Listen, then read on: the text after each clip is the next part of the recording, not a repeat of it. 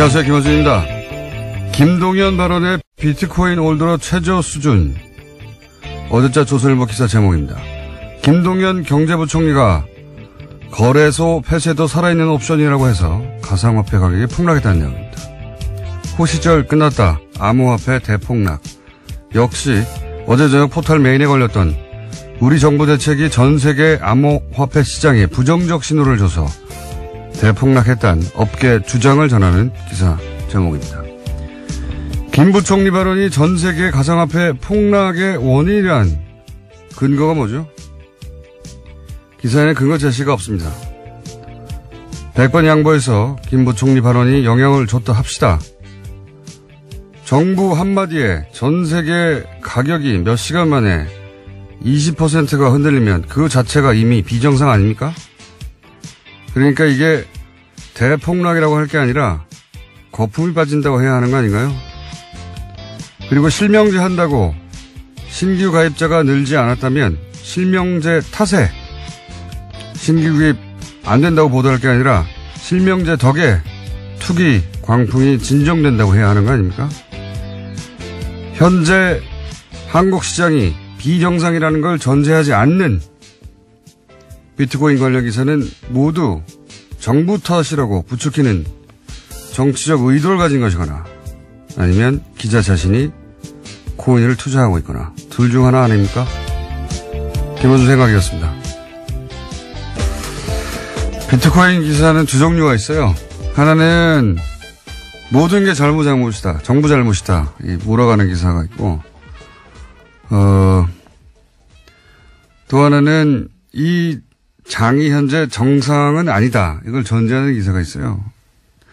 2013년 말인가요? 그때 두 달 만에 전 세계 코인 가격이 2배가 아니라 6배가 폭등한 적이 있어요. 그러니까 백 몇십 달러에서 1000달러 이상으로 갑자기 올라간 적이 있거든요. 근데 그 가격을 단 2달 만에 6배까지 올린 게 2개 봇이었다.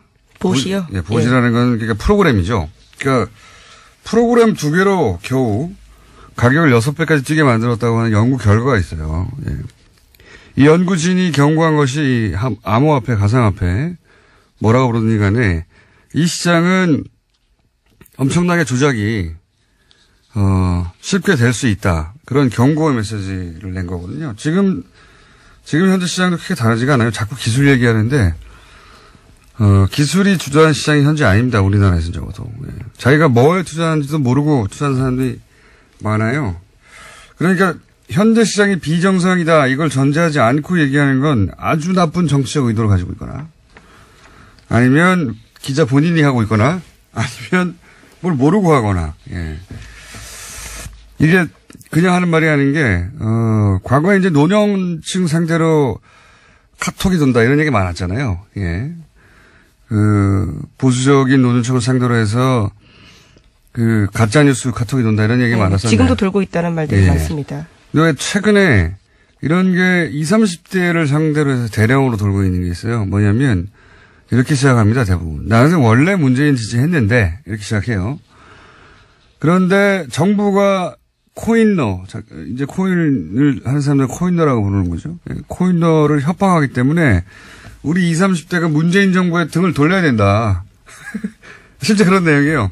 그러면서 지방선거 전에 심판을 해야 한다. 그리고 청와대 국민청원도 신기록을 세우자. 재산권을 지켜내자. 이런 매우 정치적인 공작의 냄새가 물씬 나는 카톡이 대량으로 돌고 있습니다. 그리고 조중동과 종편 잘 보면 비트코인 뉴스는 전부 정부가 잘못이라는 뉘앙스로 뉴스를 이게 경제 문제가 아니라 경제 문제이기도 하지만 경제 문제를 정치 문제로 만들어서 현재 정부에 타격을 주겠다는 의도가 명백한 그런 댓글 알바도 굉장히 적극적으로 움직이고 있고요. 제가 관찰한 이래로 가장 적정입니다. 보수 매체도 아주 혈안이 돼 있다. 20, 30대 지지율을 떨어뜨릴 절호의 찬스로 보는 거죠. 그런 정치적인 의도도 여기 비트코인에 섞여 들어가가지고, 예, 경제 뉴스가 아주 아수라장이 되어 있습니다. 자, 이건 앞으로도 계속 다루겠습니다. 첫 번째 뉴스는요? 네, 김백준 전 청와대 총무기획관과 김진모 전 청와대 민정 2비서관이 구속됐습니다. 두 사람은 잠깐만요. 모두 예. 내용을 전하기 전에 예. 저희 제작진이 준비한 음악이 있습니다. 구속과 관련된 소식인가요? 예. 다가오고 있어요? 머지않았어요. 예. 네, 주어가 없습니다. 김백준 전 총무기획관은 여러 차례 얘기했지만 단순한 측근이 아닙니다. 예. 지갑을 지킨다고 하는 사람이었죠. 구속이 됐습니다. 네, 이명박 정부 시절에 국가정보원 특수활동비 받았다라는 혐의로 구속영장이 나온 건데요. 각각의 구속영장 발부 사유는 이렇습니다. 김백준 전 기획관은 죄를 범했다고 의심할 만한 상당한 이유가 있고 증거인멸의 염려가 있다라는 거고요. 또 김진모 전 비서관은 업무상 횡령 부분에 관한 혐의가 소명이 있고 증거인멸의 염려가 있다라고 합니다. 요사는 저희가 이제 영장 해설 전담 이정열 전 판사와 얘기 나눠보겠는데 돈을 준 당사자가 줬다고 하고 또 국정원 이제 직원이죠. 예, 그리고 그 국정원의 수장이 또 돈 준 거를 인정했고, 네. 나아가서 그 돈을 준 당사자가 이제 대통령을 독대했다는 거 아닙니까? 예, 독대해서 이렇게 국정원 돈을 갖다 쓰는 건 나중에 문제가 될 수 있다. 걱정이 돼서 얘기한 거죠. 예. 네, 심지어 오늘 아침 동아일보를 보면요. 김진모 전 비서관은 자신이 영장실질심사에서 돈 받았다라는 사실을 일부 시인했다라고 합니다. 받은 사람도 받았다고 하고 일부. 네. 김백준 전 기획관만 부인하고 있습니다. 본인만 부인하고 있죠. 게다가 이제 돈 준 당사자가 대통령 독대했다는 걸 당시 유익 대통령 실장이 또 인정을 했어요. 네, 그렇죠. 만난 사람도 인정했습니다. 국정원 기조실장인데요. 그 자리에서 대통령이 청와대 국정원 돈이 청와대에 전달되면 문제가 있다는 취지로 이야기를 해서 당시 사실들을 알았다라고 진술하고 있습니다. 그럼 얘기 끝난 거거든요. 대통령도 알았고 이게 다 끝난 건데 이명박 전 대통령 연구가로서 제가 오랜 세월 연구가로서 이런 의혹에 대해서 이명박 전 대통령의 대응 방식은 그게 어떤 의혹이든 항상 똑같습니다. 무조건 부인이에요. 무조건 부인. 평생 어떤 사안에 대해서도 항상 이렇게 대응했습니다. 근데 이제 어젠가요? 이명박 전 대통령 한 20여 명의 참모진이 모여서 이제 대응 회의를 했다. 그리고 나서 그런 얘기가 나왔죠. 이명박 전 대통령과 이 돈을 준 당사자가 만나가지고 독대를 해서 얘기했다는 건 말도 안 된다라고 했더니 바로 그날 어제 오후에 유익 전 비서실장이 독대했어요 하는 보도가 나오면서 뒤집어졌잖아요. 네, 검찰 조사에서 그렇게 시인했다라고 합니다. 그렇죠. 이게 이제 이 20여 명이 모였지만 참모들도 불안하겠죠. 혹시 자기들까지 올까봐. 그래서 모이긴 모였는데 저는 그 참모진들이 생각하는 만큼 효과적으로 싸우기 힘들 것이다라고 보는 것이 이명박 전 대통령 일단 무조건 부인하고요. 모든 사안에 대해서. 그리고 참모들에게도 거짓말을 합니다. 대응을 하려면 참모들은 사실관계를 정확하게 알고 있어야 되잖아요. 물어볼 거 아니에요. 독대했냐고. 이명박 전 대통령 아니라고 할 거예요. 했을 거예요. 그러니까 이렇게 대응했죠. 근데 유익 전 실장이 독대했다고 말해버렸잖아요. 이런 식의 대응했는데 그 다음날 뒤집어지거나 바로 부인되는 상황이 앞으로도 계속 반복될 것이다. 네, 그거 네. 이명박 전 대통령의 말만 듣고 대응 전략을 잡아야 소용이 없다. 네. 네, 어제 공식 보도자료 냈습니다. 그래서 있지도 않고 있을 수도 없는 일이라면서 전면 부인했는데요. 허무맹랑한 내용을 검찰이 언론에 흘리고 있다라고 주장하고 있습니다. 검찰이 흘린 게 아니라 유 실장이 이렇게 말했잖아요. 어떻게 해요, 이거. 이명박 전 대통령한테 독대했습니까? 안 했어! 라고 했겠죠, 바로. 예. 그래서 이런 거 냈는데 바로 뒤집어지는 거죠. 이렇게 앞으로 이런 거 반복될 겁니다. 김관진, 임관빈 석방 때처럼 시스템상에서 막는 방식으로 막을 수 있는 건 이제 한계에 다다랐다. 저는 그렇게 보는 것이, 막아야 할 게 너무 많아, 이제. 동시다발로. 게다가 가장 기본적인 다스 같은 경우에는, 민간인 직원들을 막을 방법이 없습니다. 네. 네, 어제도 전해드렸지만 김성우 전 사장이 이제 진실을 말하겠다면서 자수서까지 낸 상황입니다.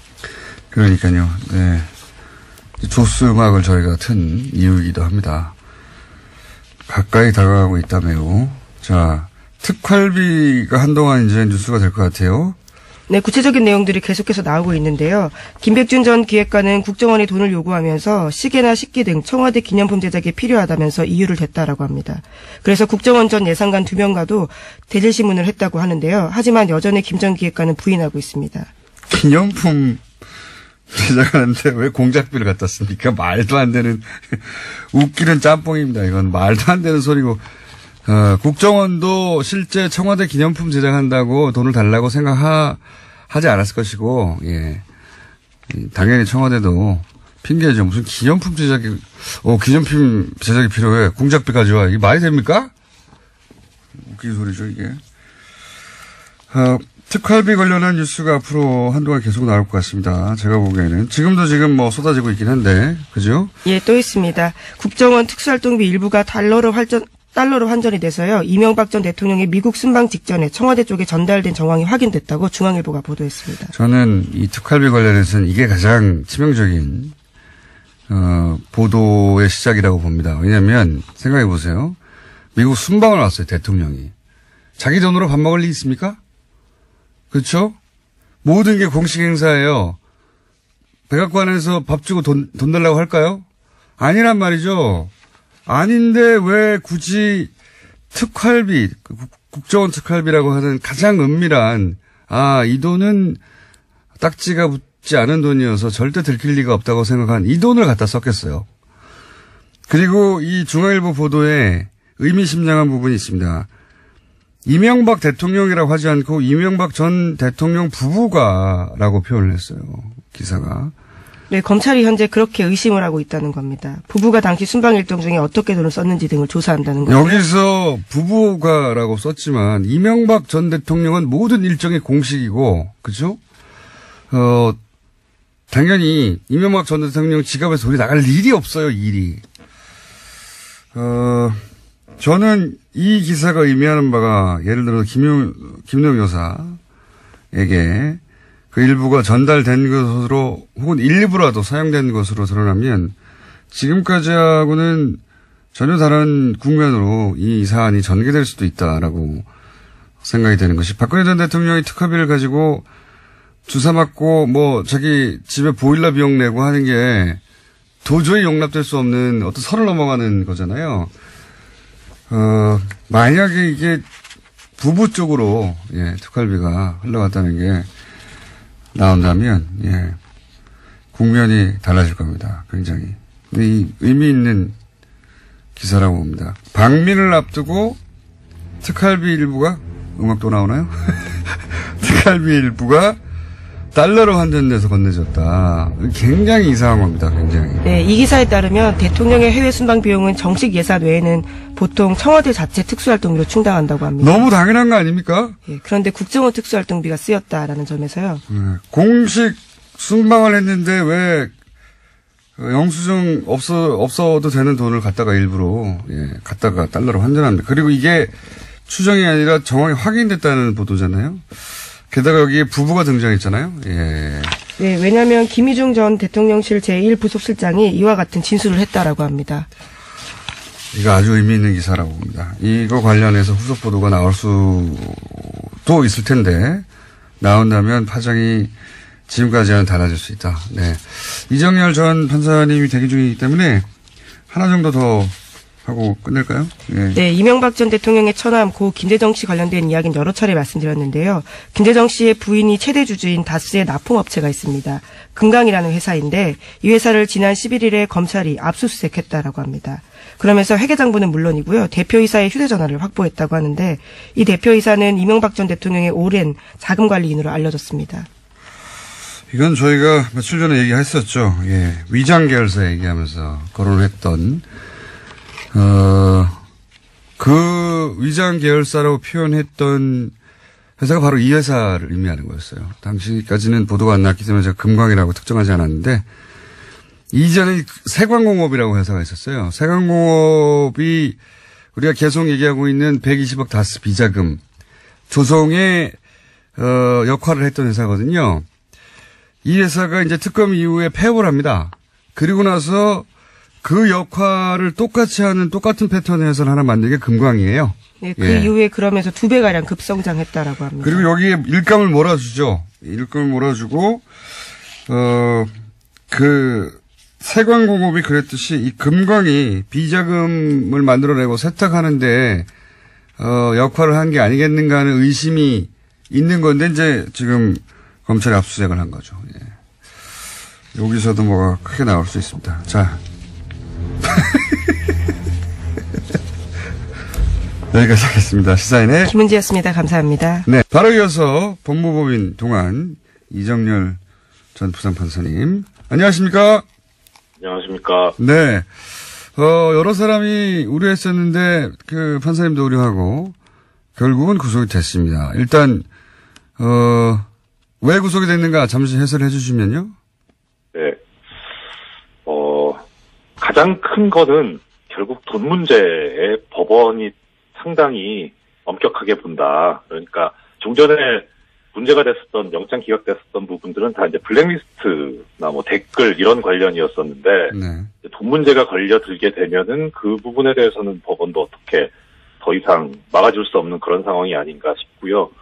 그리고 개인적인 말씀 먼저 드리면 어제 제가 좀 영장 발부가 회의적이지 않나 싶은 취지로 말씀을 드렸는데 네. 제가 이 범죄 혐의를 제대로 잘 몰라가지고 그래서 제대로 조사를 못한 것에 대해서 깊이 사과드립니다. 판사님 잘못하셨어요? 네. 네. 자, 두 사람이 이제 근데 판사님 외에도 워낙 네. 그동안 이명박 전 대통령 관련된 영장들이 기각이 되거나 아니면은 뭐 영장이 발부된 것도 나중에 석방되는 그렇죠. 케이스가 있어가지고 네. 이번에 분명한 것 같긴 한데 이제 법리적인 문제가 아니라 혹시 정치적인 이유로 이게 네. 발부가 되지 않을까봐 이제 우려를 많이 했었죠. 많은 분들이. 네, 그렇죠. 예. 네.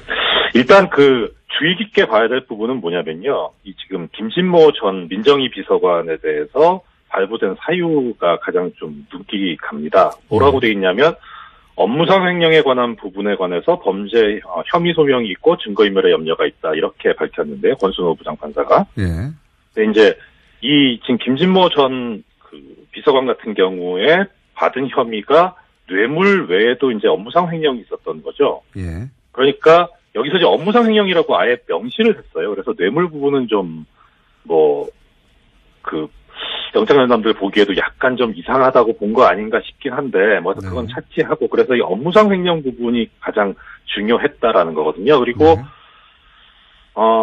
그다음 김백준 전 기획관 같은 경우에는 이제 오민석 부장판사가 쓰기를 그냥 전체적으로 범죄 혐의를 특정하지 않고 이제 그냥 단지 범죄 혐의가 소명됐다 이렇게만 했는데 이거는 특별히 뇌물도 인정했다라는 그런 것으로 보이지는 않고 그동안에 이 오민석 부장판사 해왔던 그 이유 쓰는 스타일을 보면은 권수호 부장판사처럼 그렇게 하나하나씩 짚지는 않고 전체적으로 했었던 걸로 보이고 다만 기각할 때는 주된 혐의에 대해서 이런 식으로만 썼던 것 같아요. 그래서 이건 스타일의 문제지 뇌물도 인정된다 이렇게 보이는 것 같지는 않은데 일단은 그래서 김백준 기획관 같은 경우에는 이제 국고 손실 부분이 가장 큰 문제였고 그다음에 김진모 전 비서관 같은 경우에는 업무상 횡령이 가장 큰 문제였다.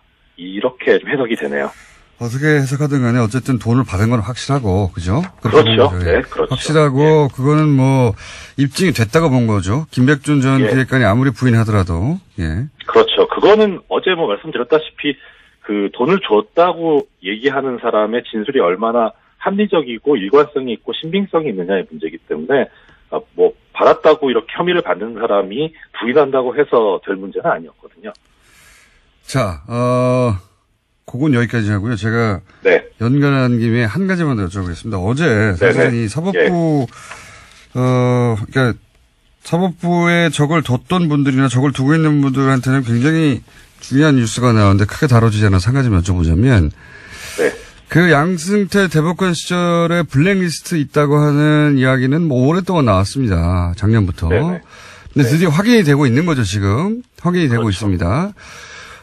그리고 또 게다가 법원 행정처의 비판적인 판사. 법원 행정처의 비판적이라는 건 이제 양승태 대법원장이 비판적이라는 거죠. 그죠? 예. 그렇죠. 똑같죠. 예.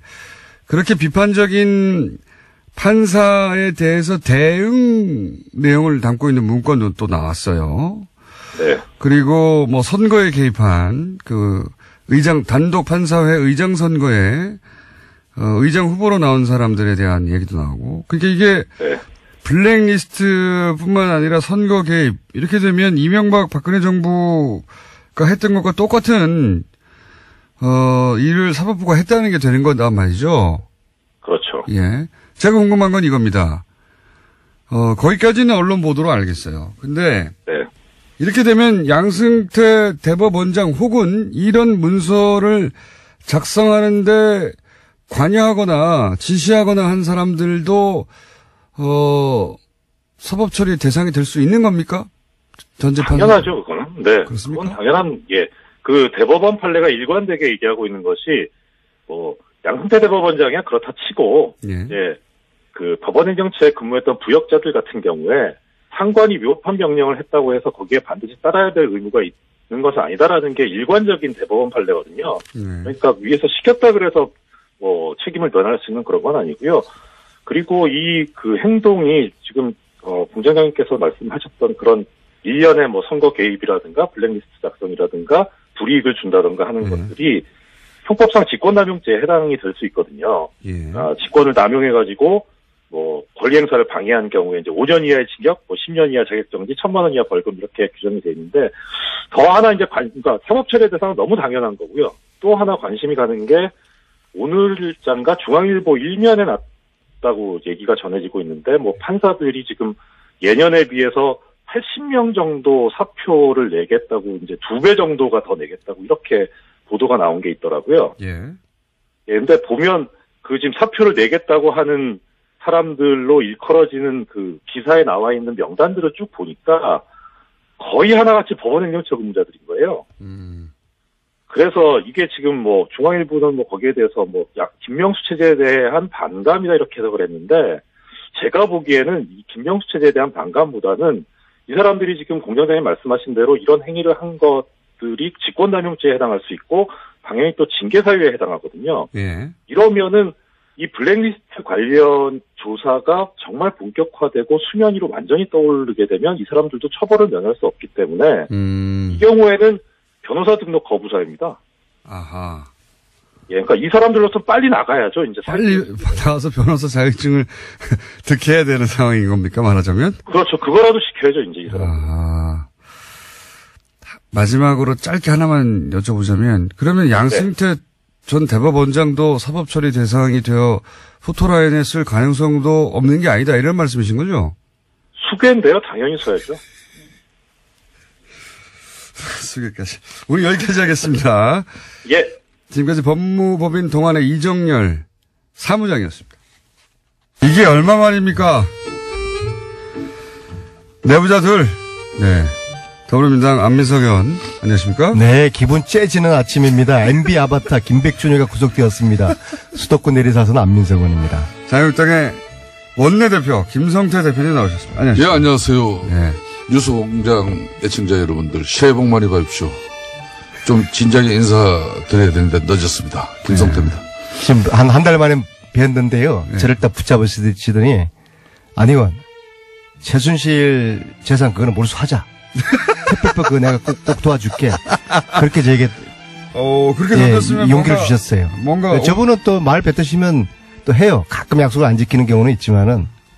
아니 최순실에 관한 그 최순실 재산 몰수 특별법은 저는 괜찮은 법이에요. 다만 그게 정치적 의도를 가져버리면은 그 법에 그러니까 특별법 이 범위가 모호해지는 거죠. 그래서 이제 그 범위 설정만 전에부터 안민석 의원이 명확하게 해서 이거는 하자 이제 된 건데 제가 원내대표가 된 마당이니까 민주당 의원들만 특히 율사들 잘 설득하시면은 저는 이 방송 끝나면은 제가 업어드릴게요. 최순실 재산에 대해서 대한민국 국민이 그걸 개인 사적인 특히 국가 권력을 이용해 가지고 편치를 했다 그러면 그거는 바로 잡아. 야, 오늘 김성태 대표님 눈빛이 1년 전에 최순실 국정농단 청문회 위원장 할 때 그 정의로운 눈빛이 번뜩이고요. 지지난주에 또 혼수 성태라고 이렇게 다시 돌아오신 것 같아요. 근데 제가 왜 기분 째지냐고 그러면요. 그 김백준이라는 분이 오늘 구속됐잖아요. 이분은 MB 지난 40년 동안의 MB의 그 분신이에요. 그야말로 안철수 자기가 MB 아바타인 것처럼 이것처럼 오해가 됐는데 그게 아니라 진짜 MB 아니라고 아바타는 했죠, 김백준이고요. 그런데 이분의 나이가 80이 다 되셨어요. 근데 만약에 동갑입니다. 이명박 전 대통령과. 국정원 뇌물이 이제 받아서 지금 구속됐는데요.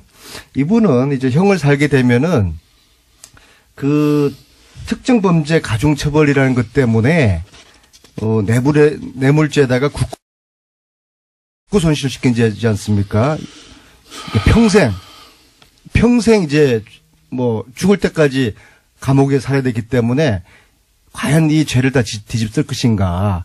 MB가 시키는 대로 했다고 이제 자백을 하게 되면은 이제 부정 전에는 MB는 포트라인에 서고 구속될 수밖에 없을 거라고 봅니다. 부정전에 포토라인 쓴다는데 어떻게 그러니까 보십니까? 사실 까놓고 말해서 문재인 정권에 까놓고 말해서는 방송 용어 아니니까 네, 다시 깨놓고 말해서 깨놓고 문재인 정권의 궁극적인 타겟이 이명박 전 대통령이라는 것은 대한민국 삼척 동자도 다 아는 이제 사실 아닙니까?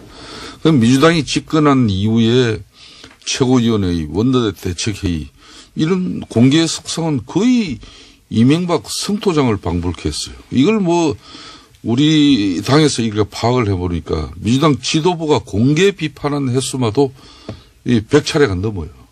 그만큼 노 전 대통령이 당했던 것처럼 MB도 검찰 포토라인에 세우고 말겠다는 그런 심정으로 아예 표적을 삼고 정치보복한다는 거죠. 기획 수사를 하고 있다는 거죠. 자유한국당의 주장은 항상 이거는 그겁니다. 사실상 정치 보복의 성격이 아주 짙습니다. 그러니까 국정원 댓글 가지고 MB까지 올라갈 수 있는지 확실치 않으니까 또 다스도 틀고 또 다스로도 명확치 않으니까 다스 명확한데요. 국정원 특수활동비로까지 파고든 게 아니겠냐. 이제 김백준 총무비서관도 이제 구속이 되는 마당이니까 이제 민주당 입장에서는 아까 우리 안민석 의원은 표정을 잘 못 숨겨요. 뭐 밖에서부터 신난 사람이에요.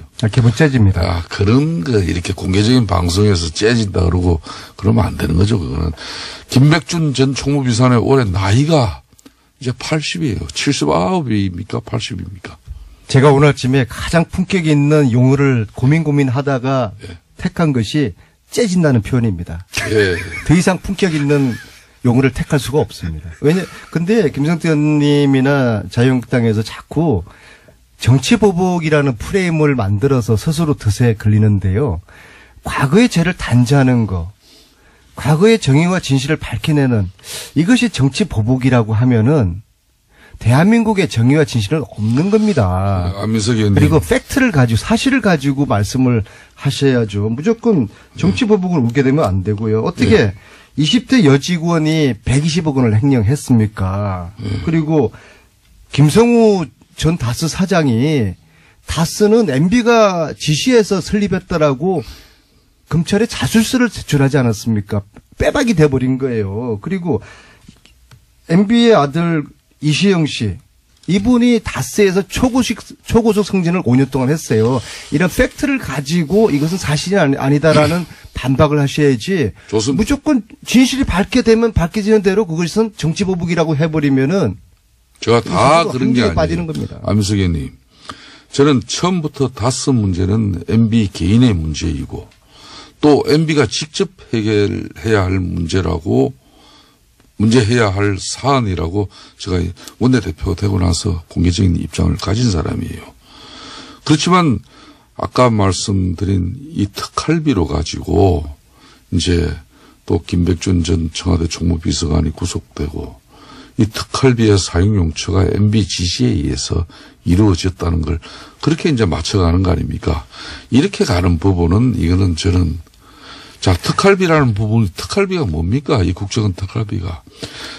제가 지난 정권 될 수 있으면 안 하려고 그러는데 DJ 노무현 정권에서는 그걸 가지고 때로는 수조원 북한의 김정일 정권에게 오늘날 핵미사일로 되돌아온 북한의 통치자금으로까지 전달된 거예요. 또 아울러서 수조는 과장인데요. 그래도 DJ와 노무현이가 국정원에서 돈을 받았습니까? 제가 하지 마시고요. DJ 최측근인 사람들이 김옥두 전 총장이라든지 이런 건노갑 이런 최측근이라는 사람들도 국정원 수표에 사용한 그런 내용들이 이미 나오고 있지 않습니까? 오늘 이 방송 끝나면 제가 욕먹게 생겼어요. 제발 저한테 김성태 의원님이 엉뚱한 말씀하시면 자꾸 사람들이 저한테 안민석 당신이 김성태 1년 반 동안 길을 잘못 들어가지고 이상해졌다라고 하면서 저한테 뭐라고 그러시는데 제가 원내대표 방송에서 반박하시면 되지 않습니까? 원내대표 되셨을 때 세 가지 제가 3불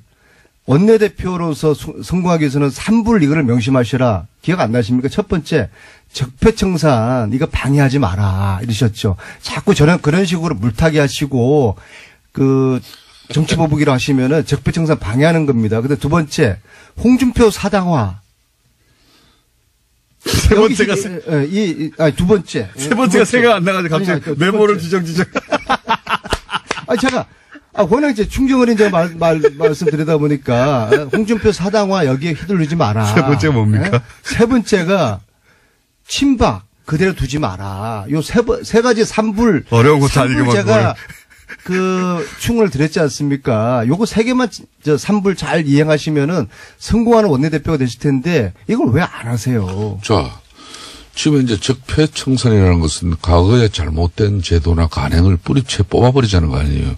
그거 저희들 방해하지 않습니다. 제도뿐만 아니라 인적 다만 해야죠. 이런 부분이 정치보복, 정책보복, 인사보복으로 그런 명분을 축적하고 명분을 가져가기 위한 수단으로 적폐청산이나 이런 간판이 내걸어졌다면 그거는 잘못됐다는 거예요. 또 그리고 적폐청산이라는 게 어떻게 희한하게 박근혜 정권과 이명박 정권에만 적폐가 있고 어떻게 노무현 DJ 정권에는 적폐가 하나도 없었습니까? 참 그 묘한 일이에요. 제가 드리는 말씀은 저희 자유한국당 같은 경우도 아직도 제1야당이 됐는데 국민적 신뢰와 지지를 회복하지 못하고 있지 않습니까?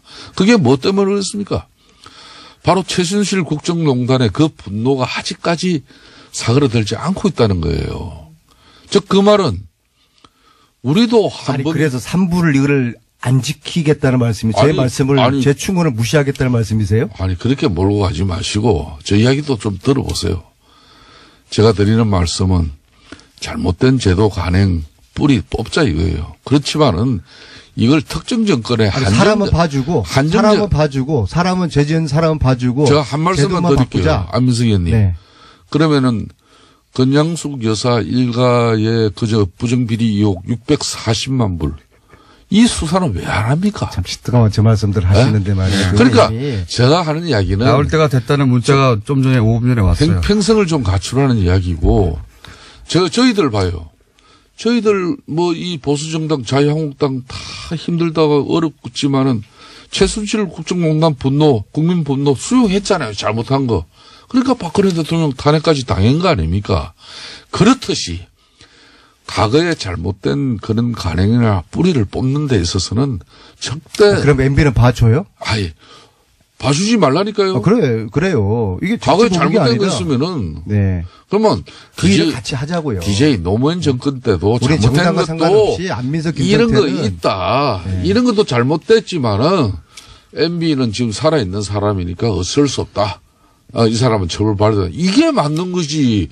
과거의 거는 하나도 손대지 않고 그냥 MB 살아있으니까 박근혜는 깜빵 가 있고 이제 MB는 살아있는 유일한 사람이니까 이 사람 처벌한다 이건데 과거에도 이러이러한 잘못이 있었는데 MB 박근혜 때도 이런 게 있었다. 그러니까 처벌받아야 된다. 이렇게 가면 국민들이 이해가 빠르지 않겠어요? MB가 그 다스를 만들려고 지시했다. 김성우 전 사장의 그런 진술에 대해 가지고는 이게 깜짝 놀랄 만한 일 아닙니까? 좋아요. 수용합니다. 안민석 의원님. 그러니까 이제는 대한민국 역사 이전에 원내대표께서 MB 스스로가 이제 진실을 밝혀라. 네. 그리고 떳떳하게 수사 받아라. 그렇게 하시는 것이 이건 여야의 문제가 아니고 진보 보수의 문제가 아니라 과거의 진실을 밝히는 문제잖아요. 어떻게 대통령이 나라 지키려고 국민들의 세금 낸 국정원으로부터 그 뇌물을 받아요. 그러니까 자, 안민석 의원님. 여기까지 경악할 하고요. 노릇이죠. 대한민국 이전에 또 대한민국의 역사는 2조 500년이 있었습니다. 2조 500년이 그 어렵고 위기 때마다 왜 문제가 발생했습니까? 4초 논란이었습니다. 이 4초 논란을 국문이 분열되고 예? 신하들 간의 싸움이 일어나고 결국은 임진왜란 병자호란을 맞이한 거 아닙니까?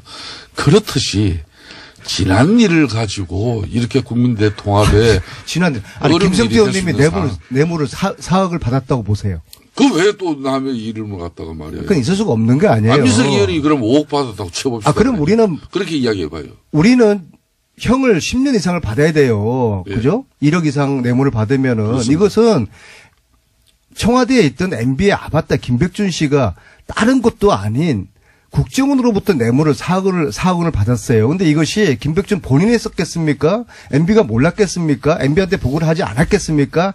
MB랑 다 알고 있었던 거예요. 그러면 당연히 이거는 MB가 이제 진실을 말하고 MB가 수사를 받고 유해인 건도 한번 알겠습니다. 요 얘기는 져야죠. 충분히 지금 10몇 분 동안 했으니까 유해인 건도 한번 정리하고 가셔야죠. 예, 유해의 건은 예. 결론만 말씀드리면은 예. 국가 신뢰와 또 애교 문제, 마지막은 이제 국익적인 문제로 연결될 수밖에 없는 사안이기 때문에 저는 이 문재인 정권, 특히 임종석 실장을 비롯한 청와대 참모진들이 국내적으로는 그래도 대한민국 국민들이 때로는 이해하고 때로는 역사와 문화 이가 함께 왔기 때문에 우리들 문제로서 다 치부될 수가 있습니다. 그렇지만 국제사회에서는 한번 신뢰를 저버리는 그런 행위를 하면은 중동 국가들 전체가 중동 외교에 큰 위기를 맞이할 정도로 대한민국이 힘들어질 수 있는 거예요. 그렇기 때문에 앞으로 저는 정말 문재인 정부와 임종석 실장 특히 이런 애교 문제가 야기될 수 있는 그런 사안에 대해서는 정말 신중에 신중을 기해줬으면 하는 그런 바람. 유엔에 그래도 넘어가고요. 제가 유엔이 더 이야기해보세요. 왜 넘어갑니까? 한희성 제가 질문을 한 가지 꼭 할 게 있습니다. 예, 해보십시오. 왜 넘어가십니까? 한마디는 하고 가셔야죠. 자유한국당이 예. 아무리 철새 도래지라 할지라도 남경필 지사는 지난 1년 동안에 얼마나 자유한국당에 대해서 침을 뱉었고 홍준표 대표하고 각을 세웠는데 아무리 철새 도래지로 각광받는다 할지라도 어떻게 남경필 같은 분을 이렇게 또 철새로 받아들입니까? 그 이야기 이전에 그 답변 제가 해드릴 건데 유해 이야기 했었으니까 네. 임종석 실장이 제1야당 원내대표실을 찾은 것은 정말 이게 참 오랜만에 있은 일입니다.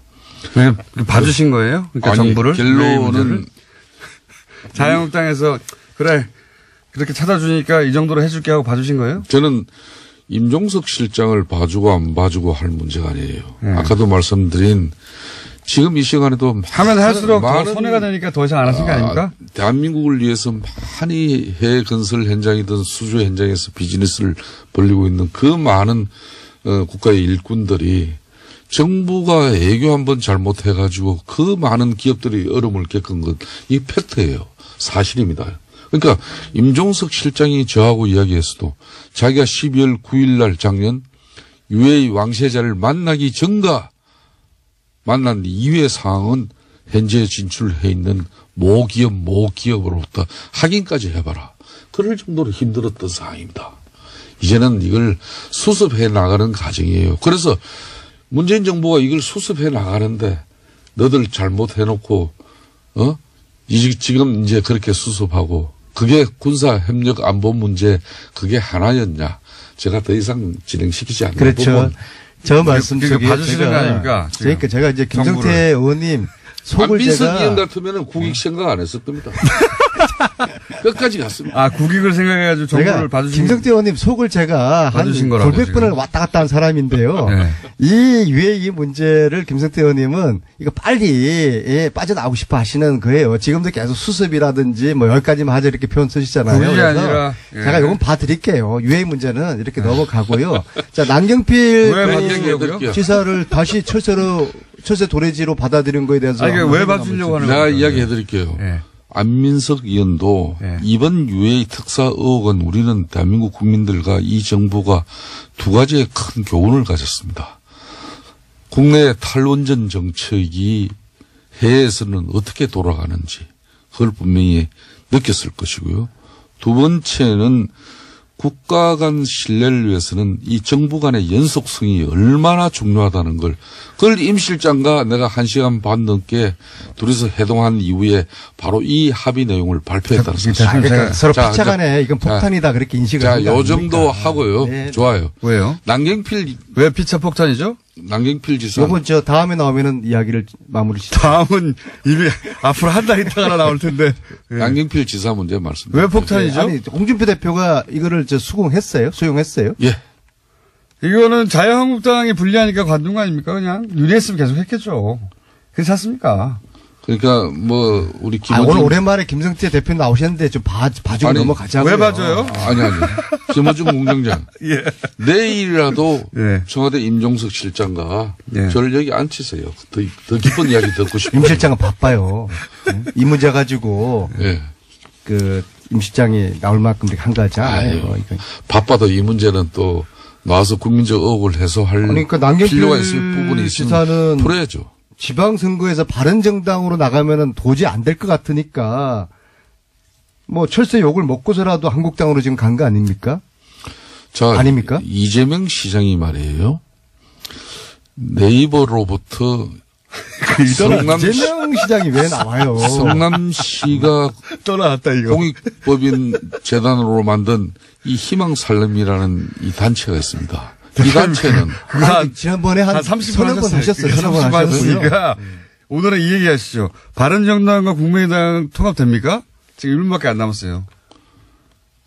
저는 통합이 되긴 되더라도 상당히 애초 계획했던 그 모양새가 아니기 때문에 정치적으로는 상당한 어려움이 있을 거라고 봅니다. 이제 자유한국당이 이제 일당이 될 가능성이 많아요. 왜냐하면 지금 남아있는 바른정당 9분 중에서도 거의 다 지금 짐쌀 지금 준비를. 거의 다는 말이 안 되죠. 아니, 저는 결국에는 네. 유승민 홀로당이 될 거라고 보고요. 그렇지는 않을 그러면은 거라고. 몇 명 더 통합의 올 수 있습니까? 동력이 상당히 떨어질 수밖에 없을 겁니다. 안민석 대표님. 의원 정확하게 이야기합니다. 몇 명 더 올 수 있습니까? 바른 지금- 자유한국당 입장에서 보자면 몇 명 아니 더. 뭐 저희 당이 사람 빼오는 정당입니까? 많이 빼왔잖아요. 자발적인 입장으로 이렇게 오시는 분들 이렇게 저희들이 거부하지 않는다. 왜냐면 그러니까 몇 분 정도 자발적으로 더 올 것 같습니까? 보시기에. 그거는 저는 모릅니다. 1년 전에 1월 14일 한 명 이상인가요? 그건 제가 알 수가 없어요. 아니요. 아실 것 같아요. 작년에 1월 24일 날 네. 바른정당이 창당했을 때 제가 이렇게 하겠습니다. 저거는 위장이혼이다. 네. 제가 그렇게 딱 맞췄잖아요. 그래서 결국에는 이 상황은 유승민 홀로당으로 끝나고 자유한국당은 과거에 새누리당하고 거의 99% 그 모습, 그 체제를 갖추게 될 겁니다. 그게 그렇게 배가 아프고 또 잘못된 일입니까? 저는 자유한국당은 몰라도 네. 김성태 원내대표님께서는 잘 됐으면 좋겠어요. 원내대표님이 요즘 잘못되면은 사람들이 왜 저한테 욕을 하는지 모르겠어요. 안민석 김성태 의원이었습니다. 정의당 노회찬 원내대표 나오셨습니다. 안녕하십니까? 네, 안녕하십니까. 네. 최고의 인기 코너. 그런데 원내대표님을 옆에 두고 저희가 다른 분과 전화 연결 잠깐 해야겠어요. 아, 괜찮습니다. 누구인가요? 코너인 코너. 예. 같은 당이어서 그냥 별도로 뽑지 않고 코너인 코너로 만들었습니다.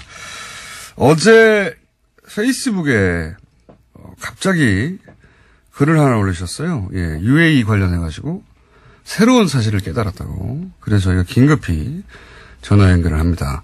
UAE 관련해서 홈런을 날리셨던 분이죠. 정의당 김종대 의원 전화 연결되어 있습니다. 안녕하십니까? 네, 안녕하세요. 네. 어제 페이스북에다가 내가 이걸 왜 몰랐을까? 아, 맞다. 이런 글을 올리셨어요? 네. 내용을 좀 소개해 주십시오. 뭡니까? 예, 몇 가지가 있는데요. 네. 우리가 지난주 9일날 화요일날 그 김태형 장관이 네. UAE하고 군사비밀 협정은 대통령과 국회 모르게 내가 다 했다. 그랬죠. 이러면서 충격적인 인터뷰를 했는데 예. 여기에 너무 놀란 나머지 이면을 생각 못했습니다. 네. 어제 깨달으셨군요. 예, 어제 깨달아 일주일 걸렸어요. 김태형 장관이 내가 다 했다고 한 건 가서명이고. 가서명.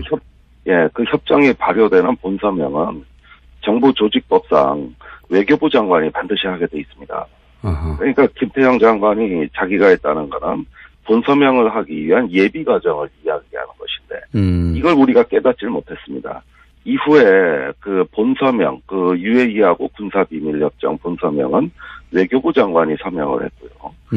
이것은 김태형 장관이 서명한 그 다음 달 2009년 12월에 MB가 배석한 가운데 UAE 가서 유명한 장관이 체결하는 별도 과정이 있습니다.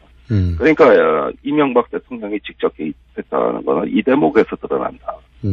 예, 김태형 전 장관 단계는 아니라지라도. 김태형 전 장관이 본인이 몰래 했다는 것은 설사 본인이 주체가 돼서 했다 하더라도 그건 가서명에 불과하고 본서명은 외교부 장관이 하게 돼 있고 그랬다는 것은 이명박 전 대통령이 보고가 되었고 이명박 전 대통령이 알고 있는 상태에서 했을 수밖에 없다 이런 말씀이신 거죠?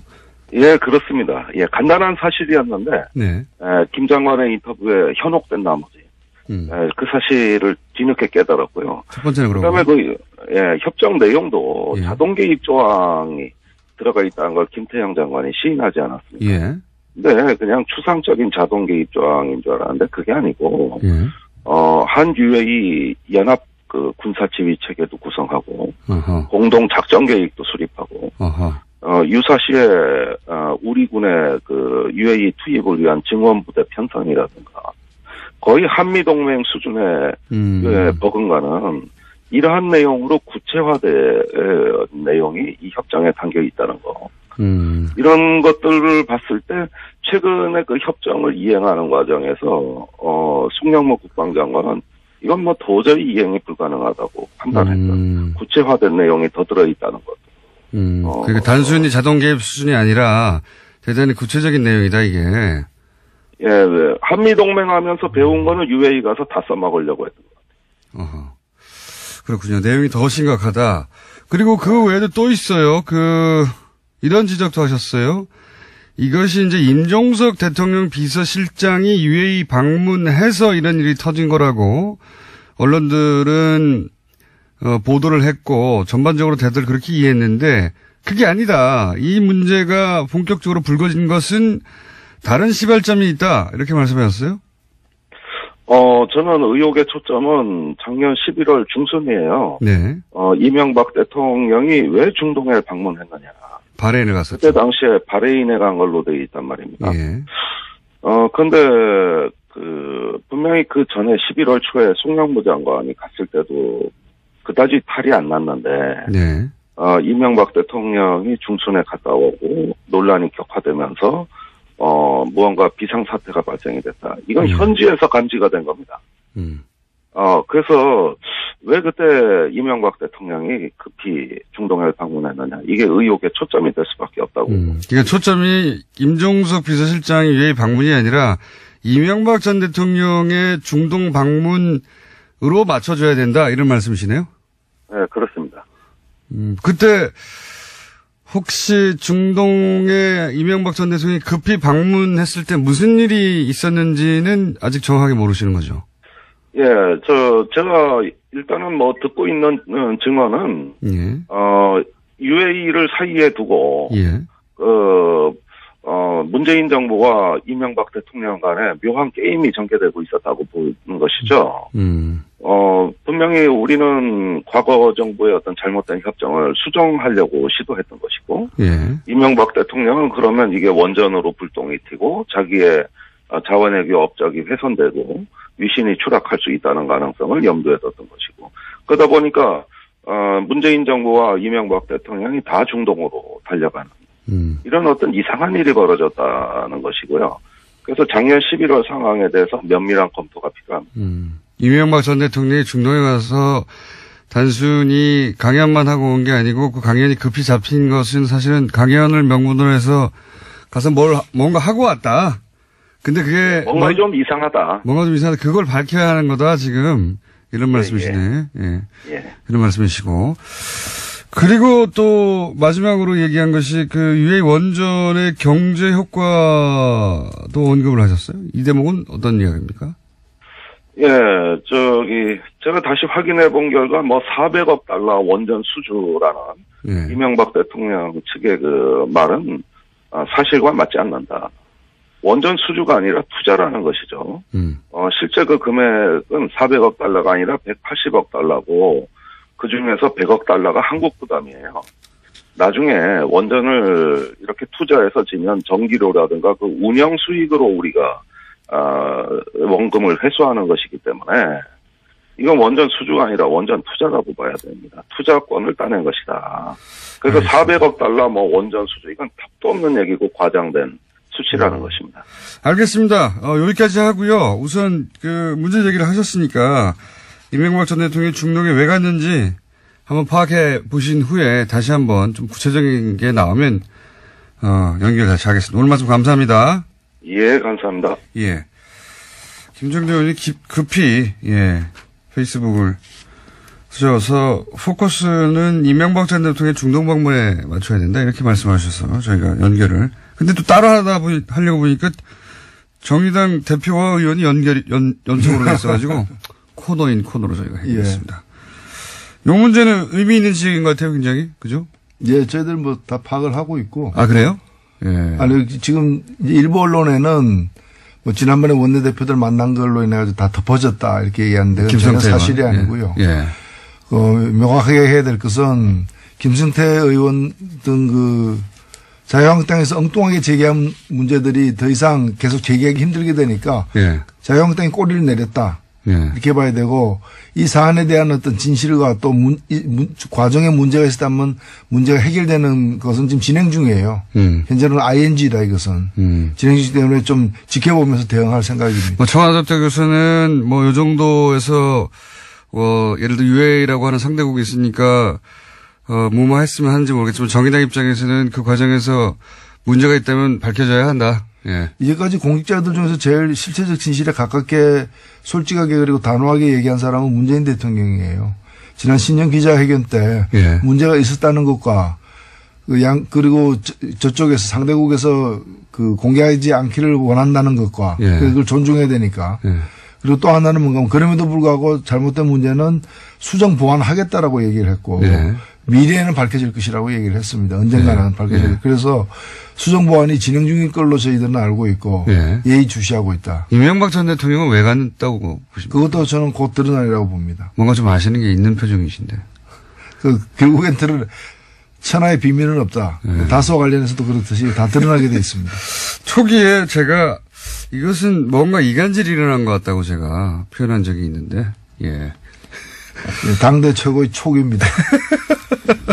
그러지 않고선 이런 일이 벌어질 수 없다. 이명박 전 대통령이 중동에 간 것은 강연이 아니라 가서 뭔가 이간질을 한 것 같다. 이렇게 표현한 적이 있는데 내용이 좀 나올 건가 봅니다. 정의당에 의해서.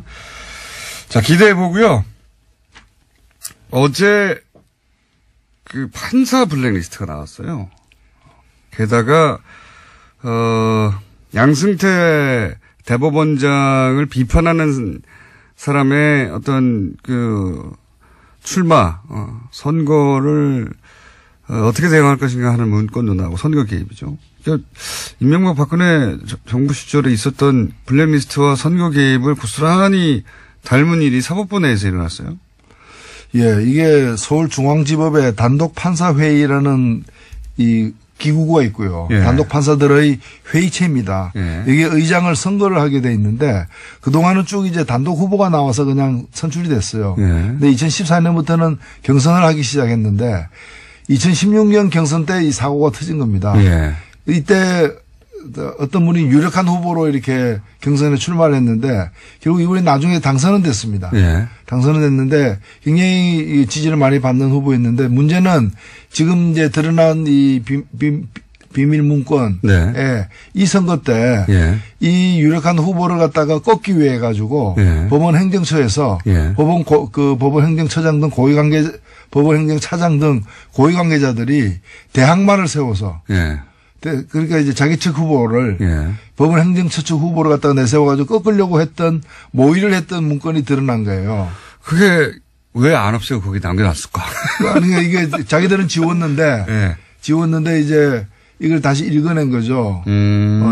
포렌식으로 찾아낸 거군요. 포렌식으로 해서 읽어낸 건데, 이게 이때 문제가 됐던 건 왜 그러면 이 사람을 꺾으려고 했는가. 바로 예. 이 사람이 박상옥 대법관 후보 인사청문회 무렵에 예. 저 대법관은 1987년 박종철 사건 때 그 고문치사를 갖다가 은폐했던 그 장본인인데 은폐하고 왜곡했던 그 검사 시절에 예. 장본인인데 저런 사람이 대한민국의 대법관이 됐으면 되느냐라는 의견을 현직 판사로서 소신 있게 올려서 주목받았던 사람이에요. 이 사람을 안 되게 만들려고 했던 거예요. 그러니까 이게 꼭 이런 겁니다. 노조 위원장 선거를 하는데 위원장 후보가 깐깐하니까 회사 측 후보를 내세워가지고 꺾으려고 했던 부당노동 행위죠. 이게 사실은 헌법의 법관의 독립이라는 게 외부 권력으로부터의 독립도 있지만 사법부 내부에서의 독립도 중요한데 헌법을 갖다 위배한 부분이 있고 또 이것은 이 법률적으로도 보면은 이거야말로 직권남용인 거죠. 그렇죠. 그 법원 행정처라는 게 이제 대법원장의 오른팔들이 있는 자리니까요. 예. 대법원장을 비판했기 때문에 그리고 또 현직 대법원장이 보기에 정치적 성향이 자기가 안 맞기 때문에 못 되게 만들려고 하는 거 아닙니까? 안 되게 만들려고. 그리고 그걸 그렇죠. 실제로 실행에 옮긴 거죠. 후보를 세웠으니까. 그 근거가 드러난 겁니다. 예. 게다가 블랙리스트도 만들고. 이거는 당시 이명박 박근혜 정부가 했던 일을 사법부 내에서 거의 본질적으로 똑같은 일을 한 거예요. 네. 똑같은. 그래서 이것은 이대로 덮고 넘어갈 수 없는 문제다. 맞습니다. 이건 수사 대상이 돼야 된다고 봅니다. 그러면 이게 사상 최초로 전직 대법원장이 그죠? 예. 대법원장이 지금 포토라인에 쓰는 거 아니야? 이런 얘기까지 나오고 있어요. 어떻게 보십니까? 조심조심. 예, 참 유구무원입니다. 입이 있어도 말하기가 두려운 할 말을 잃게 만드는 참담한 상황입니다. 그러니까 그런 상황을 전혀 이럴 땐 이런 표현을 쓰죠. 전혀 배제할 수 없다. 이게 상상하기 힘든 일인데. 근데 보통 이런 얘기는 이제 추정과 또는 주장과 이런 게 난무하는 수준에서 시끄럽다가 끝나야 되는데 이번에는 문건들이 나와버려서요. 이게 이제 당시에 문제가 됐을 때 이 PC를 확보하고 그 PC를 계속 복원하고 있었지 않습니까? 근데 이걸 못 열게 했었죠. 예, 그러니까 그 판사들의 어떤 자유로운 그런 이제 이 의결 과정에 그 법원의 사법부 최고 권력이 개입을 한 거예요. 그러니까요. 이제까지 이걸 태블릿 PC가 이제 업무용 PC를 갖다 열지 못하게 했잖아요. 그때 그렇죠. 이유가 뭔가 개인정보가 들어가 있다 그랬거든요. 양승태 대법원장 시절에 못 열게 했죠. 개인의 사생활이 들어가 있을 수 있기 때문에 열면 안 된다. 프라이버시 침해다고 했는데 그럼 이러한 부당한 개입이 대법원장의 사생활이었냐. 요거를 막으려고 했던 거죠, 사실. 그렇죠. 이게 문서가 드러날까봐. 근데 드러나 버렸네요. 이거는 정치권이 국정원이나 혹은 공무원사에 개입한 거는 차원이 다른 거라 그런 불법 행위를 판단하고 또 죄를 묻고 하는 사법부가 스스로 이런 일을 했기 때문에 훨씬 더 충격이 큰 거죠. 판사 사회 내부에서 그냥 넘어갈 수 있겠는가. 법의 최후의 보루인데 거기서 이렇게 했으니까요. 이거 그냥 넘어갈 수 없을 것 같은데요. 그렇습니다. 네. 보건소가 전염병에 감염된 거죠. 보건소가 전염병에 감염된 거죠. 그럴 때는 보건소 가면 안 됩니다. 보건소가 전염병 감염된 게 아니라 보건소에서 전염병을 막 만들어내고 있었던 겁니다. 그냥. 그러니까 보건소가 움직이면 그게 퍼지게 되는 거죠. 네, 그런 상황입니다. 이거, 이제 보도가 그렇게 많이 되고 있지는 않은데, 내용적으로 보면 굉장히 우리 사회에 큰 파장을 미칠 사건입니다. 정치인들은 감옥에 갔다가도 다시 나와서 또 국회의원 되기도 하잖아요. 사면 복권 내고 다시 그런데 이건 그거하고 다르거든요. 정치권에서는 비일비재하던 일이었지만 사법부에서 이러는 거는 전례가 없기 때문에 그래서 말을 조심하시는 거죠 지금. 그래서 놀라운 거죠. 이게 흐르는 물에는 2급수도 있고 3급수도 있을 수 있지만은 돈 주고 파는 그 고급 생수가 2급수나 3급수였다면 그 말이 안 되는 거잖아요. 양승태 대법원장, 전 대법원장 어떻게 해야 됩니까? 일단은 저는 뭐 엄정하게 수사할 것은 수사하고 조사할 건 조사해야 된다고 봅니다. 자, 그런 큰 사건이 하나 있습니다. 그리고 국민의당 바른정당도 이제 점입가경 상태입니다. 이제 뭐 또 되돌릴 수는 전혀 없고요. 예. 다리는 서로 건넜고요, 완전히. 근데 바른정당은 근데 또 추가로 탈당을 박인숙 의원이 해서 바른정당이 한 자릿수로 줄어버렸어요. 네. 한두 명 더 할 수도 있을 것 같고. 원희룡 제주지사도 망설이는 것 같고요. 그리고 안철수 대표 국민의당에서는 이제 전당대회를 어떻게든 치러야 되니까 물러설 수가 없잖아요. 물러선 분들이 다 죽으니까. 그러니까 전당대회를 치러야 되는데 전당대회를 치러서 사실은 거기서 합당을 결정해내기가 굉장히 어려우니까 지금 당규를 바꾸고 있다고 하죠. 예.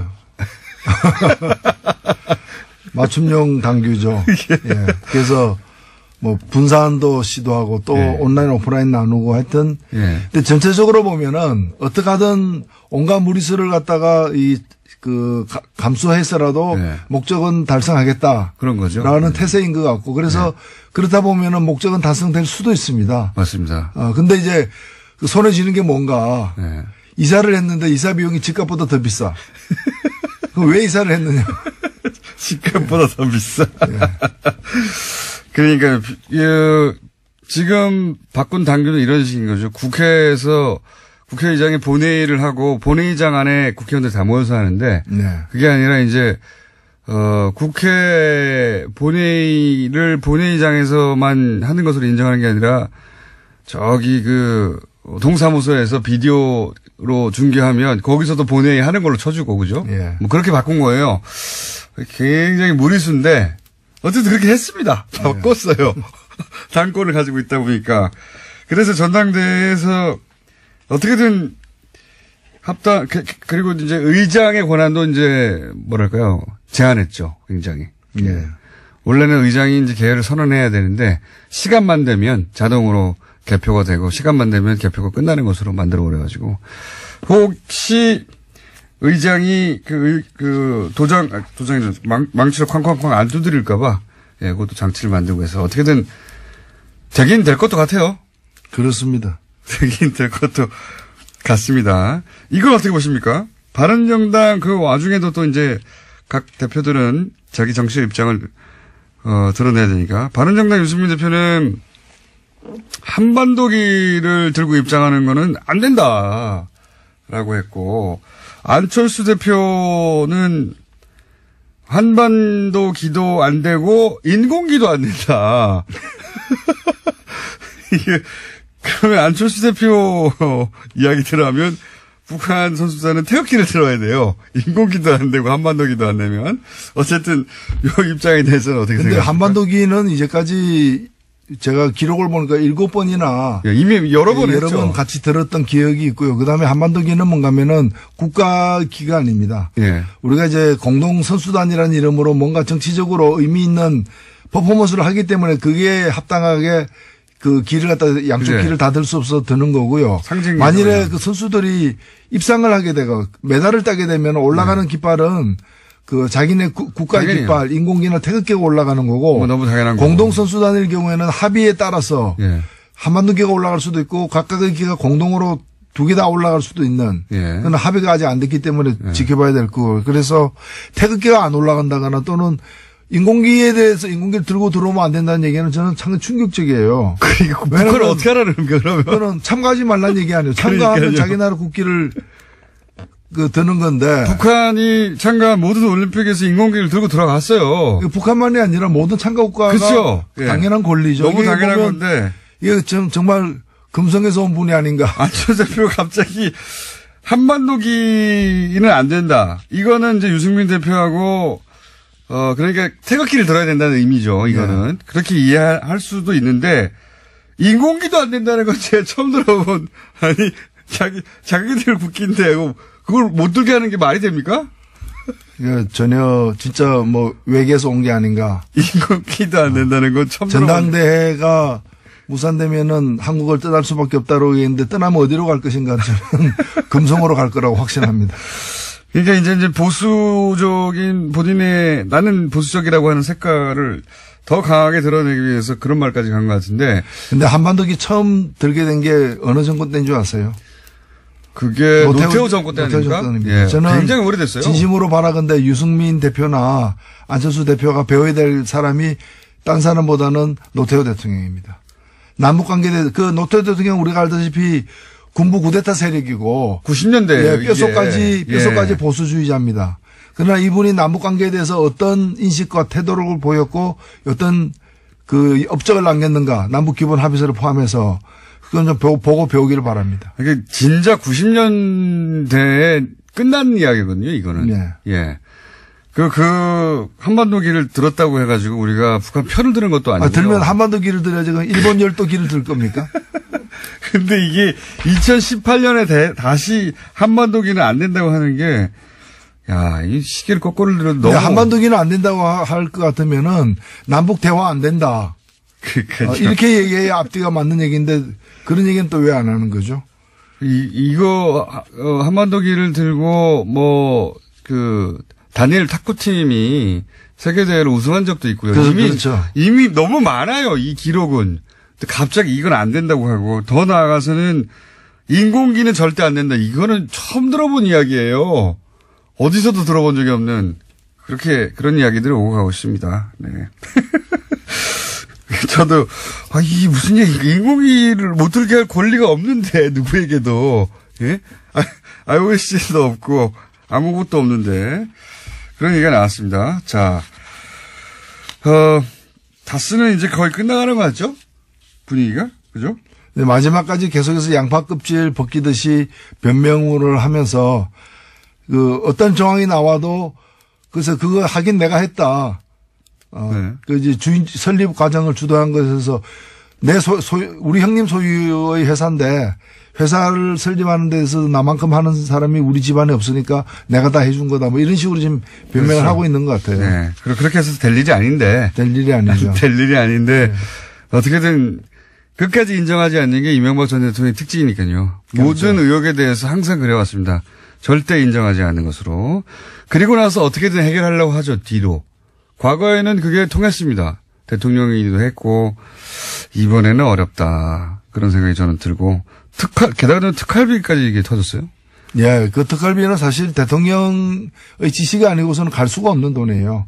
실제로 다른 지금 박근혜 정부 때도 특활비 간 걸 보면은 국정원장이 다 알잖아요. 예.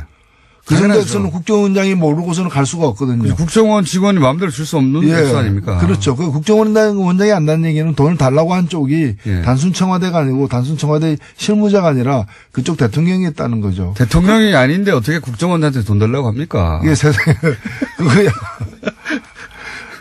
상상할 수 없는 일이죠. 천하의 사기꾼도 그 짓은 못 하는 거죠. 그래서 너무 뻔한데 여하간 이제 또 아니라고 하고 있고요. 저는 오늘 어제 나온 뉴스 중에 주목하는 게 중앙일보에 보던데 2011년에 방미했을 때 그때 국정원 특활비를 환전해서 가져갔다는 거 아닙니까? 공식적으로 방미했는데 국정원 특활비가 왜 필요합니까? 예. 그래서 지금 사실은 그 국정원 특활비가 그 법원 등 영장 등에 의해서 심사 과정에서 인정된 거는 4억 플러스 알파입니다. 예. 2억 플러스 2억 플러스 알파인데. 그게 다겠느냐. 그게 다가 아니죠. 그리고 그 중에 보면은 청와대 기념품 2억 이런 게 있습니다. 말도 안 되는. 아니, 그러면 기념품 2억, 그 사소한 일에 2억씩이나 갔다면은 그 전에 없었고 그 후에 없었겠느냐. 그러니까요. 레일 깔아놓고 기차 한 번만 지나갔다. 이게 누가 믿습니까? 처음에 어렵지. 한번 열렸으면 계속 오는 거죠. 그렇죠. 영수증 안 남는다고 생각하고 특히 이 2011년 방미 기간에 가져갔다고 하는 특활비 있지 않습니까? 그거는 그 보도가 이명박 전 대통령 부부라고 표현해서 나왔거든요. 그 얘기는 굳이 부부라고 표현한 이유가 있는 것 같아요. 그 중에 일부가 혹여 당시 김동 여사한테 간 게 아닌가. 그랬다면 양상이 달라지는 거 아닙니까, 이제. 부부는 뭐 경제 공동체니까. 같이 썼겠죠. 그걸로 예를 들어서 뭐 굉장히 사적인 용도의 돈을 썼다든가. 그렇죠. 뭐 박근혜 대통령도 기치료, 예. 국가의상원, 의상 만든 데도 썼으니까요. 굉장히 사적인 용도에 썼다는 게 일부라도 드러나면 이건 양상이 완전히 달라지셨습니다. 개봉박도입니다. 혹시 뭐 아시는 거 없습니까? 나오리라고 확신합니다. 그렇군요. 확신하시는 거 보니까 뭔가 아시는 얘기가 있는 것 같은데. 저도 좀 들은 얘기가 있고요. 이 방송 끝나고 한번 맞춰봐야 되겠습니다. 자, 여기까지 듣겠습니다. 지금까지 정의당 노회찬 원내대표였습니다. 감사합니다. 네, 감사합니다. 해부자들 거의 한 달 만에 했더니, 문자가 엄청 많이 왔네요. 한 400개 왔습니다. 네, 한 번에. 예. 이렇게 유치하고 정신없는 대화가 반가울 줄이야. 뭐 이런 문자 많습니다. 네. 물론 뭐 용문자도 많고요. 예. 그건 뭐 옛날부터 그랬으니까요. 예. 그러면서 혹시 내부자들로 청취자 문자를 폭발시켜가지고 하와이 여행 비용을 충당하려는 게 아니냐. 예, 이런 얘기도 있고. 문자 많이 왔습니다. 600개 이상 왔네요. 자, 그리고 페이스북 사진을 보니까 공장장 옷이 너무 얇아요. 옷 좀 사주세요. PD님. 저는 열이 많아가지고요. 한겨울에도 반팔 입고 다닙니다. 열이 많은 걸 어떻게 해요? 그리고 김정대 의원님께서 홈런이네요. 예, 첫 번째 홈런을 치셨고 아직 연타석 홈런은 아니고 일단 단타를 치셨습니다. 네, 이건 내역이 밝혀지면 홈런이 되겠죠? 여기까지 하겠습니다. 시간이 2분밖에 안 남아가지고 단 2분 인터뷰로 상품권 페이를 실검 2위에 올렸던 한겨레 21 김한 기자 있죠? 그리고 또 저희 고정 패널을 하다가 밉상이 된 이후에 뜨문뜨문 나오고 있는 하영 기자 두 분이 한꺼번에 나와가지고 예, 어제 이분을 만회하기 위해서 두 아이템을 한 번에 처리하는 것으로 시간을 떨어 마련했습니다. 자, 김한 기자 나오셨습니다. 네, 안녕하세요. 네, 밉상 하영 기자 나왔습니다. 예, 한겨레 21 하영 기자입니다. 하영 기자입니다. 세 분이 나오셨는데 어제 못된 얘기도 짧게 하고 그리고 또 밉상 하영 기자가 특종을 들고 왔어요, 사실은. 그래서 어제는 2분 드렸으니까 오늘 3분 드리겠습니다. 네, 210초 정도. 네, 210초. 네. 20일이니까 네. 210초. 자, 상품권 페이 문제 쫙 한번 정리해 주죠. 순식간에 정리해 주세요. 네, 우선 모든 방송사들이 일제히 침묵하고 있는 가운데 두 번이나 불러준 TBS에 감사드리고요. 네. 역시 방송 비정규직인 공장장님이 관심이 많은 것이 아닌가 뭐 이런 생각을. 저희 작가들이 관심이 많아요. 해봅니다.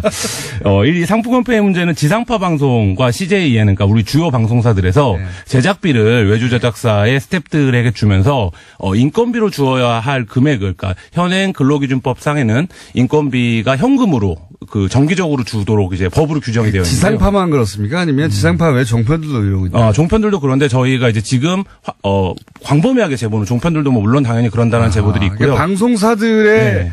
뭐랄까요, 오래된 관행 혹은 내지는 나쁜 습관 혹은 뭐 나쁜 네. 처리 방식이군요. 이게. 네. 그들은 이제 관행이라고 부르는데 일단 위법적인 요소들이 있는 형태로 해서 제작비 협찬으로 들어오는 상품권으로 페이를 주는 사례를 저희가 이제 고발을 했고요. 저희가 이제 보도한 사례를 보면 SBS의 동상이몽이라는 프로그램을 찍었던 감독님 같은 경우는 임금 6개월이나 밀렸는데 그 밀린 임금 6개월을 4개월 후에 상품권 900만 원으로 받는 사례까지 있을 정도로 굉장히 좀 악질적이고 그 방송사 내의 차별 구조와 갑질 관계를 극명하게 보여주는 이런 문제로 저희가 상품권 페이를 고발을 했습니다. KBS의 사례도 그때 보도가 됐던가요? 네, KBS에서도 다 아실 텐데요. 개그 콘서트 개콘 같은 대표적인 프로그램. 네, KBS가 이제 공채 개그맨들을 뽑아서 이제 개그 콘서트에 출연을 시키는 방식인데요. 이 개콘에 보면 바람잡이가 있습니다. 방송 앞뒤로. 그러니까 앞이랑 중간에. 그러니까 지금 방송에 안 나오지만 네네. 현장에 가면 현장에 가면 그러니까 방청객들을 웃기고 현장 분위기를 호응을 끌어내는 게 굉장히 중요하기 때문에. 네. 그 바람잡이들의 임금을 상품권으로 준 거나 혹은 주지 않거나 아예 뭐 이런 일들이 있었고요. 그다음에 조금 정정하자면 그 개그 콘서트 같은 경우 관행적으로 출연하는 사람이 그 코너를 진행하기 때문에 그러니까 앞이나 뒤에 이 바람 잡는다라는 그런 대목을 진행하기 때문에 주지 않는 게 관행이고요. 대신에 이 바람을 잡는 이 중간 MC, 사전 MC를 다른 예능에서 씁니다. 예를 들면 1대100이라든가 공개 녹화 공개 프로그램. 녹화 프로그램에서 쓰고는 이제 상품권을 지급하는 경우가 많아서요. 그렇게 그 SBS에도 이제 웃음을 찾는 사람들이라는 지금은 종방된 공개 녹화 형태의 코미디 프로그램이 있었는데 이 프로그램에서도 이제 개그맨들이 바람을 잡으면 상품권을 이제 앞바람은 2장, 그다음에 중간에 잡으면 뭐 1장 이런 식으로 해서 이제 상품권으로 페이를 지급하는 사례들을 확인을 했습니다. 종편은요? 종편은 뭐 돈을 떼먹었다라는 제보가 더 많을 정도로 아예 상품권이라도 주지 그게 아니라 아예 떼먹었다. 뭐 6개월 촬영했는데 뭐 돈 못 받았다 이런 제보들도 있었는데 종편들은 아직까지 사회적인 측면에서 이제 지상파 방송이 중요한 역할들을 담당하고 있기 때문에 지상파 방송을 우선 이제 얘기를 취재를 해서 하시고 종편은 아예 떼먹은 케이스들이 많이 그러니까 이제 그 방송사 이게 영화도 마찬가지인데 사실. 그렇죠. 영화 같은 경우는 노조가 각 직업별로 생겨가지고 좀 많이 좋아졌습니다. 예전에는 영화는 대단했죠. 사례를 보면 뭐 1년 일했는데 뭐 100만 원 받았다는 사람들도 있고. 영화 같은 경우에는 지금 이제 지적해 주신 대로 그 표준 계약서가 도입이 됐습니다. 몇 년 전에. 그래서 그 표준 계약서가 도입된 이후에는 그 임금 문제라든지 노동 환경이 많이 개선이 됐는데 방송은 뭐 아직 계약서도 안 쓰고 일하는 것이 더 많을 정도로 그 산업 규모나 우리가 이제 흔히 접하는 빈도에 비해서는 굉장히 산업 체계가 안 잡혀 있는 이런 상태입니다. 알겠습니다. 이것은 노동부 장관이 실태 조사를 해서 조치를 해야 될 사안 같고 자 밉상하영 특종, 뭡니까? 한 매체 기자가 둘이 나와서 이렇게 방송한 경우가 있나요? 아니, 어제 저희가 2분으로 1+1. 절박합니다. 2분으로 하대를 해가지고 1+1으로 진짜, 자, 빨리. 솔직히 말씀드리면 주문생산형 브리핑입니다. 주문생산형 브리핑. 자, UAE 관련해가지고는 얘기 많이 나왔는데, 근데 완전 다른 각도에서의 특종을 하나 들고 나왔어요. 감춰진 인물이 하나 있다. 제보를 받았는데요. 키맨이 하나 있다. 키맨이 있다. 키맨이 있다. 엄청난 국기문란 사건 2가지 군에서 벌어졌는데 그 UAE하고요. 군 사이버 사령부의 정치 개입 댓글 사건이었어요. 이것을 연결시키는 고리가 있다. 이 사람을 찾아라 이런 제보를 받았어요. 사이버 사령부 댓글 공작과 UAE에 지금 문제가 되고 있는 비밀 군사 협정과 둘이 상관없이 보이는데 공통점이 있다? 그래서 찾은 인물이 연재욱입니다. 사이버 사령관? 사이버 사령관. 이분 이름 참 많이 나왔는데. 연재욱 전 사이버 사령관 같은 경우에는 원래 정책통이에요. 정책통? 정책통이고 그래서 실제로 참여정부 시절에 청와대 근무도 했었습니다. NSC. 그 이력 때문에 이명박 정부 들어서 좌천이 됩니다. 그래서 끊임없이 재계 발판을 노렸어요. 네, 실제로 군에서는 장포대라는 이름이 있는데 이게 장군 포기한 대령을 장포대로 가는데 보통 3번 장성 진급이 안 되면 포기를 합니다. 끝나는 거죠. 근데 연재욱 대령은 4번을 탈락을 하게 됐어요. 그러면 끝났어야 하는 건데. 기회가 한번 주어집니다. 그게 언제냐면 그 UAE의 비밀 협정, 군사 협정의 초안을 작성하는 TF가 국방부 내에 비공개 형태로 만들어집니다. 그러니까 이 UAE 비밀 군사 협정의 초안을 만든 TF의 연재욱 당시 대령이 책임자였다? 책임자였습니다. 그렇게 연결되는 거군요. UAE와 군사 협정을 위한 국방협력 TF입니다. 정확하게는. 그러면 이분은 정확하게 내막을 알고 있겠네요. 그런데 지금 네이버에 검색하시면 연재욱이라는 인물 검색으로 안 나옵니다. 왜 그래요? 나오지 않더라고요. 연재욱이 실제로 연재욱이 궁금하시면 안 나옵니다. 그러면 연재욱이 실검1이에요. 영화 배우 연재욱 씨밖에 안 나오네요? 오호. 어쨌든 그래서 다음 포털이나 다른 사이트에서 찾으셔서 그 사람이 누군가 알아보셔야 할 것 같고요.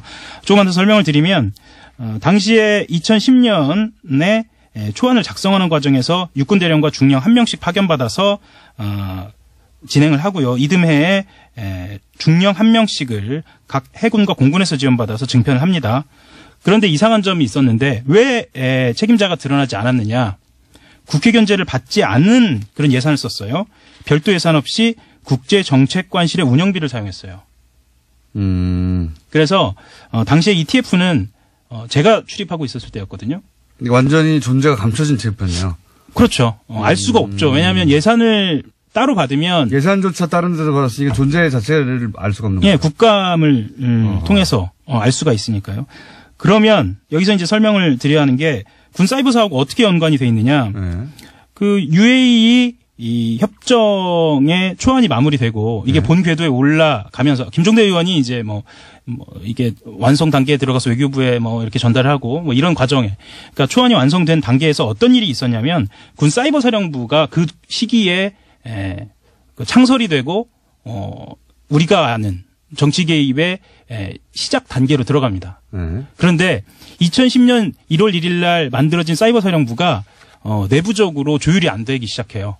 그러니까 말하자면 그 사령관이 기무사라든가 국정원의 그 출입을 막는다든지 외부 협조 없이 본인이 그 정치 댓글을 그러니까 정치 개입을 주도하는 모양새를 보여요. 예. 그래서 이 상황을 타개하기 위해서 보내야 할 사람 한 사람을 찾습니다. 이 사람이 이제 연지욱 대령이 그러니까 장군으로 승진하면서 가게 되는 거예요. 사이버 사령부가 처음에 기획했던 대로 잘 안 돌아가더라. 예. 잘 안 돌아가서 요거 그 통제하고 정부가 원하는 방향으로 잘 이끌 사람이 필요했는데 예. 그 사람으로 소위 이제 비밀 군사협정의 책임자였고 네. 그리고 장군이 되기를 너무나 원하나 장군이 못 되고 있었던 이 양반을 보내서 충성하도록 만든다. 예. 그런 거네요. 예, 네. 이게 그래서 여기서 연결되는 사람들이 다 등장해요. 당시 김태형 장관 시절이거든요. 네. 김태형 장관 시절에서 김관진 장관 시절로 넘어가고 여기에 이제 연재욱 장군이 연결고리가 되는 겁니다. 최근에 밝혀진 바로는 김태형 장관 시절에도 댓글을 했다는 거거든요. 그러면 사이버 사령부의 정치 개입 사건 같은 경우에는 김태형, 김관진, 그 고리에 연재욱, 그리고 UAE 협정 같은 경우에도 김태형, 김관진, 그리고 연재욱. 김관진 장관을 제가 왜 말씀을 드리냐면 김관진 장관 UAE하고 관련이 돼 있어요. 네, 그건 많이 알려져 있지 않은데. 거꾸로 김태형 장관도 사이버 사령부 댓글하고도 관련이 있는 거네요. 그럼. 네. 당시에 VIP를 결사옹이하라. 뭐 이런 댓글을 다른 것으로 이미 보도가 나온 바가 있어요. 누가 그런 댓글을 달았다는 겁니까? 사이버사에서요. 김태형 장관 시절에. 김태형 장관 시절에. 예. 제가 시간이 얼마 안 남으니까 마음이 급해가지고 말이 막 나오는데. 저도 많이 남아도 말을 막 했어요, 이때까지. 아, 그런가요? 그리고 여기서 이제 새로 짚을 포인트는 김태현 전 장관이 사이버 사령부하고도 관련이 있고, 예. 김관진 전 장관이 UAE 비밀 협정과 관련이 있다는 거네요. 예. 그 김관진 전 장관 같은 경우에는 UAE 국왕을 대신한 그 대사관으로부터 지난해 5월에 전략적 동반자 관계에 기여했다라고 훈장을 받습니다. UAE 입장에서 예. UAE가 좋아할 만한 일을 많이 했다는 얘기네요. 그러니까 이게 전략적 동반자 관계라는 게 굉장히 중요해요. 여기에 이제 아마 생략된 단어가 전략적 앞에 군사 전략적 이 생략이 돼 있을 겁니다. 원전 전략적은 아니겠죠. 예, 원전 전략적은 아니죠. 군인인데. 예. 네. 그래서 김관진 장관과 김태형 장관 그리고 연재욱과 이렇게 통으로 묶여지는 사건이 두 개가 그대로 드러난다. 지금 만약 김관진 전 장관이 구속돼 있었다면 사실 UAE 관련해서 딱 물어보면 되는데. 그렇죠. 예. 지금 석방이 되신 바람에. 그리고 김태현 전 장관은 아예 댓글하고는 상관없는 것처럼 우리가 알고 있었는데 그게 아니다. 예. 이분도 그러면 이분이 있을 때 처음 시작한 거니까. 예. 그죠? 네. 이분도 잘하면은 이 건으로 다시 걸려 들어갈 수도 있겠네요. 그리고 이 세 사람의 공통점이 또 있습니다. 뭐가 있어요? 독일 육사파 출신입니다. 흔히 이제 독사파라고 이야기하죠. 그 독일 육사파? 네. 자, 이런 내용으로 밉상 하영 기자가 특종을 했습니다. 밉상이 이런다고 풀릴까요? 정말 미우시네요. 자, 어제 저희가 상품권 페이 기사를 사실은 오래 준비해서 나왔는데 너무 짧게 해가지고 이제 1+1으로 한번 더 다뤘습니다. 네, 오늘도 상품권 페이 기사를 검색하시면 고용노동부 장관의 최신 입장을 검색해 보실 수 있습니다. 김한하영 기자였습니다. 감사합니다. 네, 감사합니다. 안녕.